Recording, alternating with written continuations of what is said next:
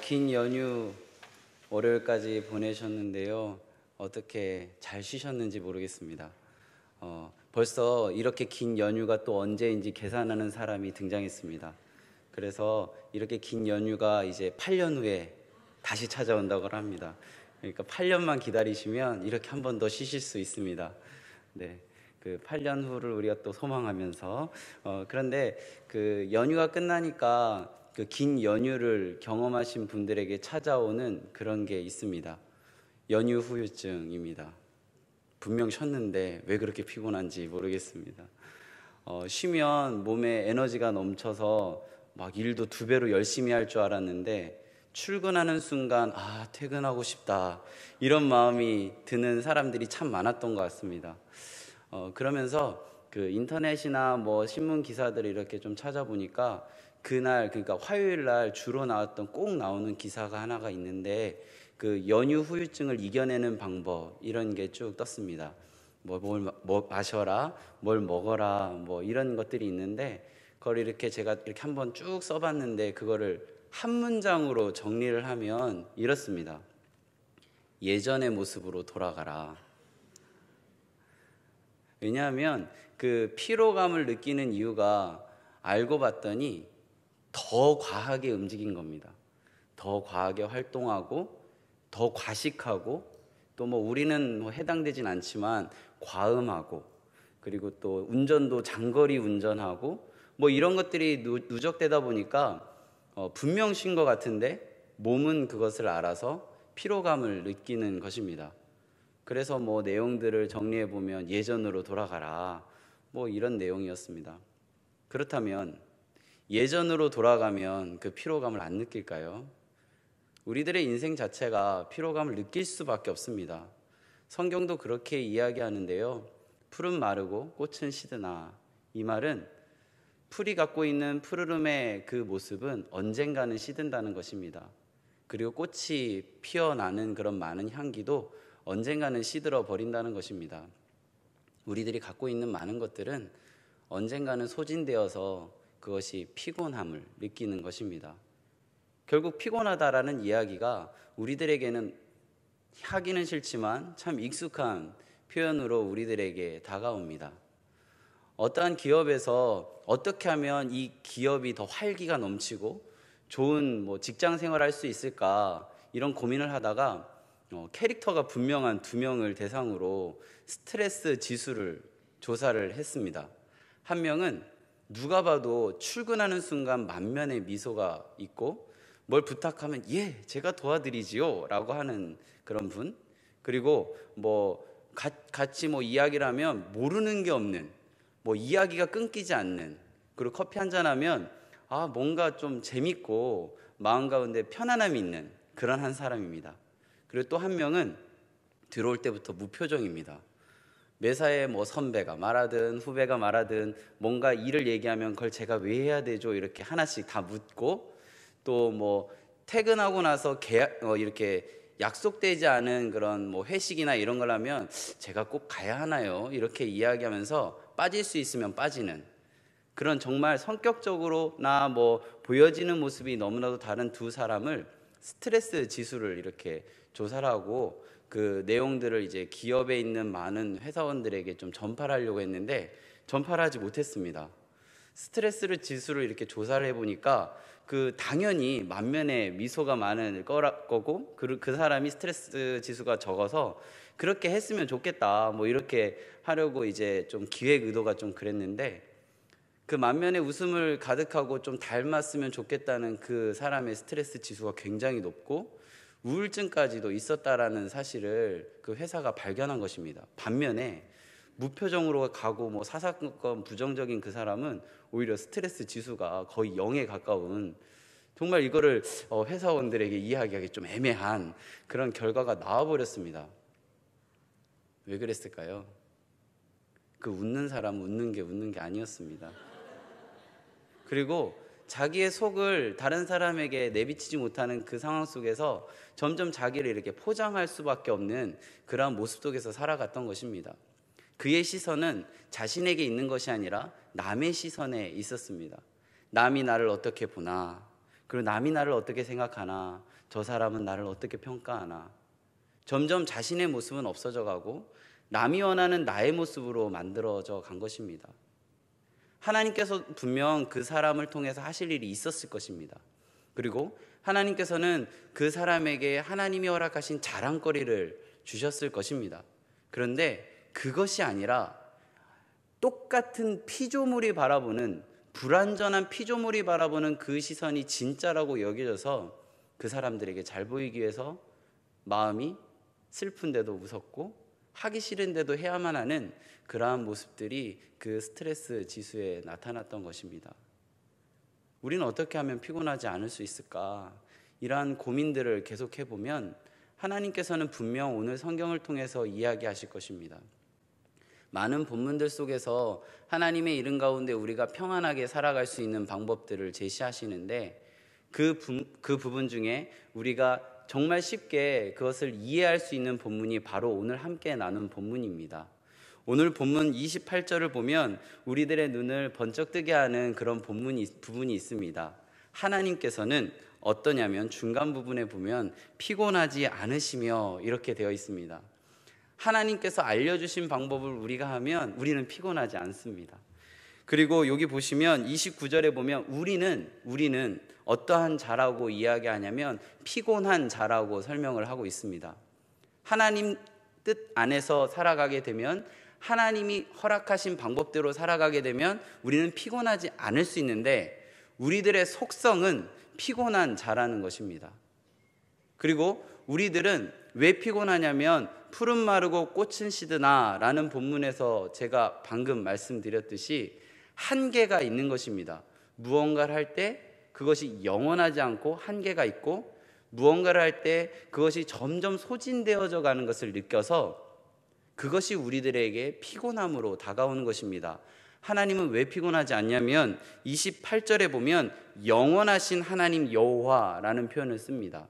하나님은 영원하시기 때문에 피곤하지 않으십니다. 영원하지 않은 인간이 영원하신 하나님을 닮아갈 수는 없습니다. 그래서 우리는 피곤할 수밖에 없습니다.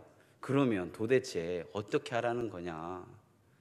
분명 설교 제목에는 피곤하지 않는 방법이라고 그래서 이 말씀 잘 읽으면 피곤하지 않을 수 있을 것 같은데 벌써 우리는 피곤하지 않을 수 없다라고 이야기하면 그럼 어떻게 하라는 거지? 이러한 마음들이 우리들 안에 다가옵니다. 우린 인정해야 됩니다. 우린 피곤할 수밖에 없습니다. 왜냐하면 점점 소진되어져 가는 육체를 갖고 있기 때문입니다. 혹시 어느 누군가에게 엎혀보신 경험이 있으신 분 있으십니까? 너무 옛날 엎혀서 잘 기억이 안 날 수도 있는데 우리가 연애할 때 이렇게 보통 남자분들이 여자분들을 이렇게 엎고 이렇게 한강 둔치를 걷기도 하고, 혹시 그런 거를 경험 안 해보셨으면 조금 이제 좀 오늘 좀 마음이 아픈데요, 그 기도를 같이 하시면 좋을 것 같고, 혹시 그런 게 아니라 뭐 건강하신 여자분이 뭐 남자분을 업어줄 수도 있고, 아니면 예전에 어머니의 등에 엎였던 기억, 그리고 아버지 등에 엎였던 기억을 우리가 한번 생각해 보겠습니다. 우리가 걸어갈 때에 그 모습을 같이 걸어가지만 우리가 걸어가는 게 아니지 않습니까? 업어주신 존재의 능력에 따라서 우리가 걸어가는 것 아닙니까? 오늘 우리가 함께 보는 이사야서를 조금만 뒤로 넘겨보면요, 이사야서 46장을 우리가 같이 좀 보도록 하겠습니다. 이사야서 46장 3절 말씀을 보면 제가 읽어드리겠습니다. 이사야서 46장 3절 말씀입니다. 야곱의 집이여, 이스라엘의 집에 남은 모든 자여, 내게 들을지어다. 배에서 나무로부터 내게 안겼고 태에서 나무로부터 내게 엎인 너희여. 태어나는 순간부터 우리는 하나님께 엎인 존재입니다. 우리가 걸어가고 있지만 우리가 걸어가는 게 아니라 하나님께서 우리를 업고 걸어가고 계십니다. 그렇다면 우린 이 업힌 시간이 어느 정도인지 또 궁금해야 합니다. 4절 말씀을 같이 읽겠습니다. 46장 4절입니다. 읽습니다. 너희가 노년에 이르기까지 내가 그러하겠고 백발이 되기까지 내가 너희를 품을 것이라. 내가 지었은즉 내가 업을 것이요 내가 품고 구하여 내리라. 하나님께서 우리가 백발이 되기까지, 우리가 하나님 품에 가는 그날까지 업고 가신다고 이야기하고 계십니다.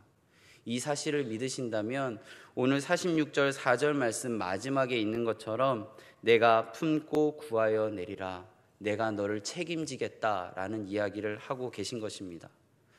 그러니까 매년 끝날 때마다 타임지라는 그런 언론 회사에서 그 해에 발명되어진 그런 많은 발명품 중에 꽤 괜찮은, 꽤 신선한 그러한 발명품들을 선정해서 이렇게 사람들에게 공포합니다.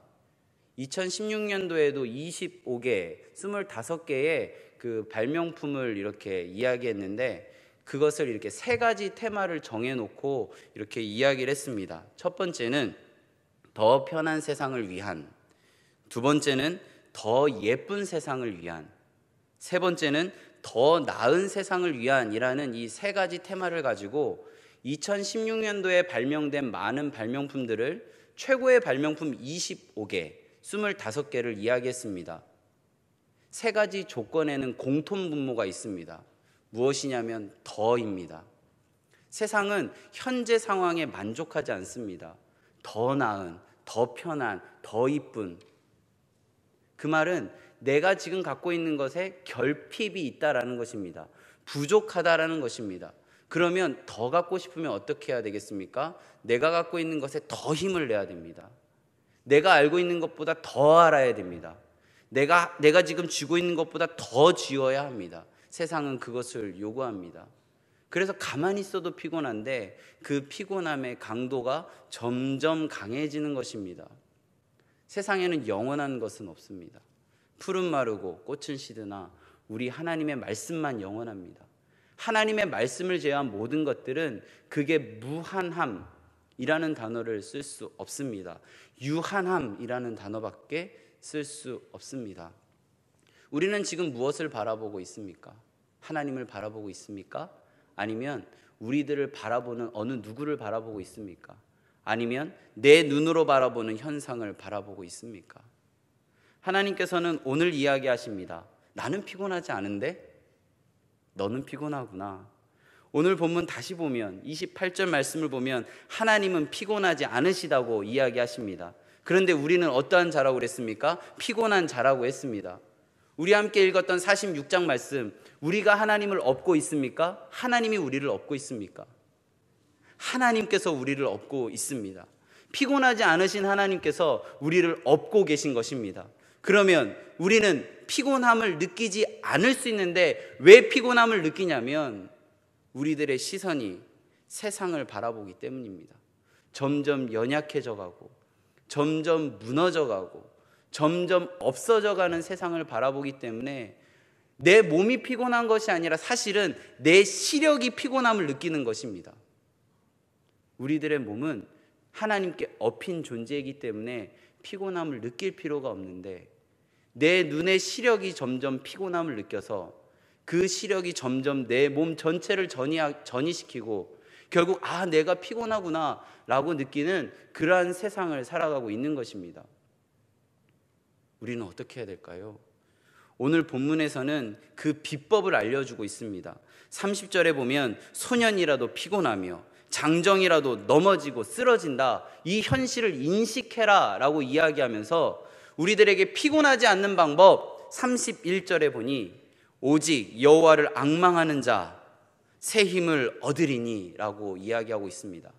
앙망한다는 것은 무엇이냐면 기다리고 소망한다는 것입니다. 여호와 하나님을 기다리고 소망하면 피곤하지 않은 하나님께서 우리를 업으시고 하나님의 방법대로 인도하시기 때문에 우리는 피곤하지 않게 되는 것입니다. 피곤하지 않는 모습을 오늘 본문은 이렇게 이야기합니다. 독수리가 날개쳐 올라가는 것. 굉장히 좋은 표현입니다. 굉장히 좋은 표현입니다. 왜냐하면 독수리가 날개쳐 올라가는 모습을 보신다면 그 모습에는 피곤함이 느껴지지 않기 때문입니다. 독수리가 어떻게 그렇게 높은 곳에 날아가는지 알고 계십니까? 독수리가 엄청나게 큰 날개를 퍼덕퍼덕 거려서 그곳에 이를 수 있는 것일까요? 그렇다면 독수리도 그 날갯짓 하다가 결국 피곤함을 느끼게 됩니다.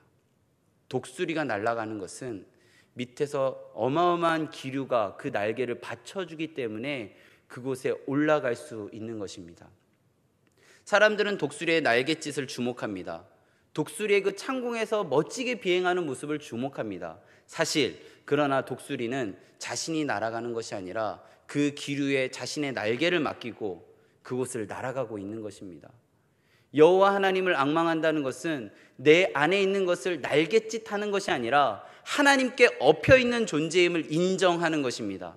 내가 아무리 날갯짓한다고 그 날개의 짓이 그 높이가 얼마나 올라가더라도 우리는 피곤할 수밖에 없는 존재라는 것을 오늘 성경은 이야기하고 있습니다. 닭이 왜 못 날아갈까요? 닭도 그럴싸한 날개를 갖고 있습니다. 그러나 그 날개는 기류를 떠받치지 못하는 날개입니다. 그래서 독수리와 같이 하늘을 날아갈 수 없는 것입니다. 독수리가 제법 큰 날개를 갖고 있다고, 난 기류가 필요 없다고, 그냥 내 날갯짓만으로도 충분히 날아갈 수 있다라고 교만함에 빠지면 날아가다가 어느 순간 고꾸라지게 되고 그 전에 경험했던 그 창공에서의 비행은 경험할 수 없게 됩니다. 우리가 하나님의 이름 가운데 독수리가 날개쳐 올라갈 수 있는 힘을 얻는 것은 여호와 하나님께 엎여 있다라는 사실을 인정하는 것입니다. 우리가 피곤할 때 참 두렵습니다. 우리가 피곤함을 느낄 때 참 놀람을 금치 못합니다. 옛날에는 할 수 있었는데. 점점 내 안의 능력들이 빠져나가는 것을 느낄 때 너무나도 버거워하는 것을 우리는 느낍니다. 하나님께 엎여 있다라는 사실을 믿고 고백한다면 하나님께서 우리들에게 이렇게 이야기하실 것입니다. 이사야서 41장 10절, 두려워하지 말라, 내가 너와 함께함이라. 놀라지 말라, 나는 내 하나님이 됨이라. 나의 의로운 오른손으로 너를 붙들리라. 하나님께서는 우리가 놀라고 두렵고 피곤하고 이 모든 연약함 속에 있다는 사실을 알고 계십니다. 그래서 우리를 업어주셨습니다.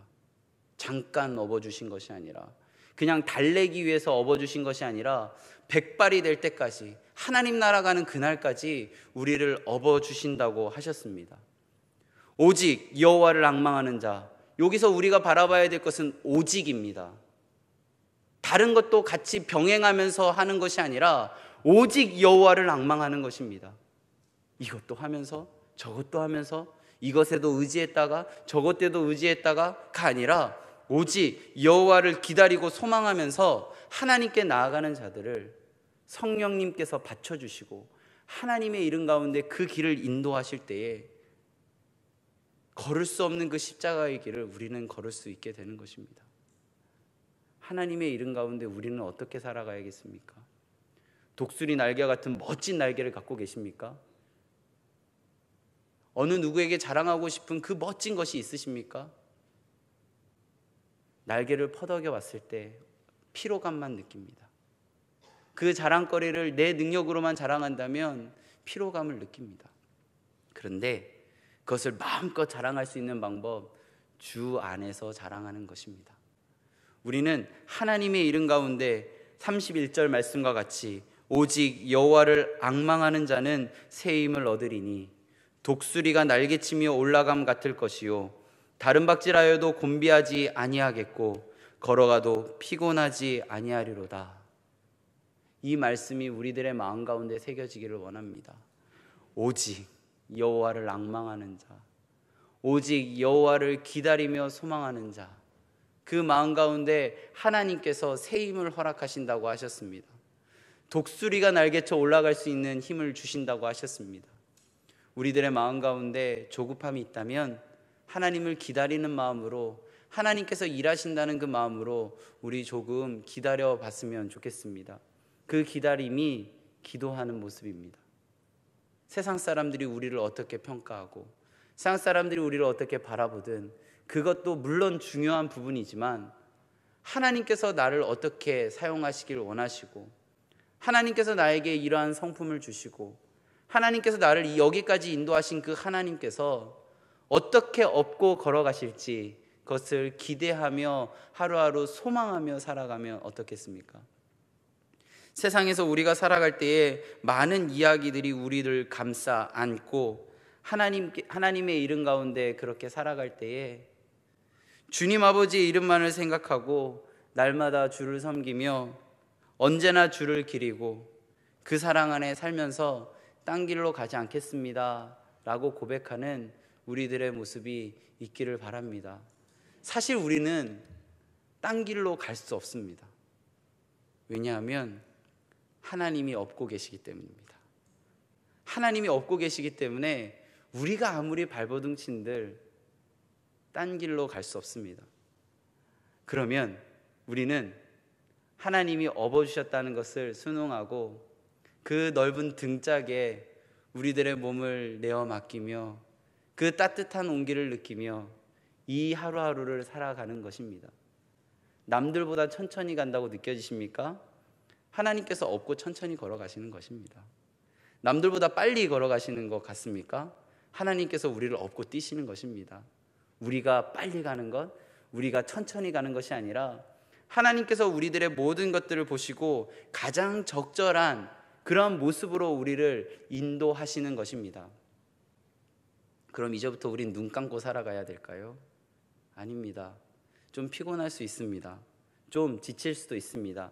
그렇지만 우리들의 눈으로 바라보는 것을 하나님의 품 안에서 기도하면서 그것들을 바라봐야 하는 것입니다.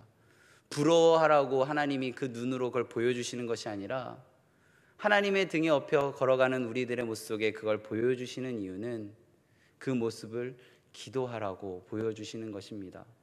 아직 주변에 하나님 모르는 이들이 보이십니까? 하나님 등에 업혀 있다라는 것을 인식하지 못하는 영혼들이 있습니까? 우리 그 등에 업혀 있는 것 마음껏 느끼면서 저들도 하나님 등에 업혀 있는 것 느껴야 하는데 하나님 그 마음 열어주시옵소서 이렇게 기도하는 것입니다. 풀이 언젠가는 언제나 푸를 것 같다고 생각하는 사람들, 꽃의 향기가 영원할 거라고 생각하는 그 사람들이 보이십니까? 그래서 더 쥐려고 하는 그런 모습들이 우리들의 눈에 보이십니까? 그들을 위해 기도해야 하는 것입니다. 하나님께서 허락하신 많은 모습들이 우리들 안에 어떻게 다가오는 그 모습들이 하나님의 이름 가운데 기도의 제목입니다. 우리 주 안에서 마음껏 자랑했으면 좋겠습니다. 하나님의 이름 가운데 주님께서 허락하신 어쩌면 독수리 날개와 같은 멋진 날개 자랑했으면 좋겠습니다. 그런데 그 뒤에 하나님께서 받쳐주시지 않는다면 날 수 없는 존재라는 것도 하나님 안에서 고백하셨으면 좋겠습니다. 우리 같이 이 41장 31절 말씀을 같이 읽으면서 하나님께 그 마음을 올려드리기를 원합니다. 31절 말씀입니다. 오직 여호와를 앙망하는 자는 새 힘을 얻으리니 독수리가 날개치며 올라감 같을 것이요 다른 박질하여도 곤비하지 아니하겠고 걸어가도 피곤하지 아니하리로다. 피곤하지 않는 방법, 여호와를 앙망하는 것입니다. 피곤하지 않는 방법, 내가 여호와께 엎여 있다라는 사실을 인정하는 것입니다.